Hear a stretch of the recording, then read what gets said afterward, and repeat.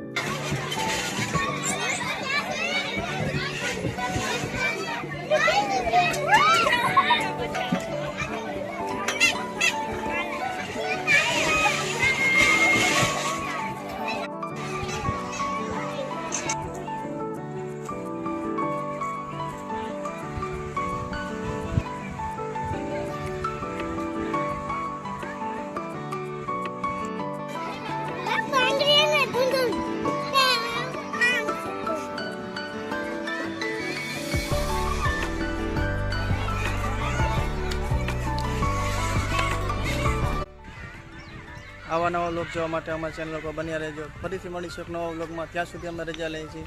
જય માતાજી, જય દ્વારકાધીશ. આ રસ્તેથી નીકળો તો એકવાર બાળકોને જરૂર લઈ આવજો.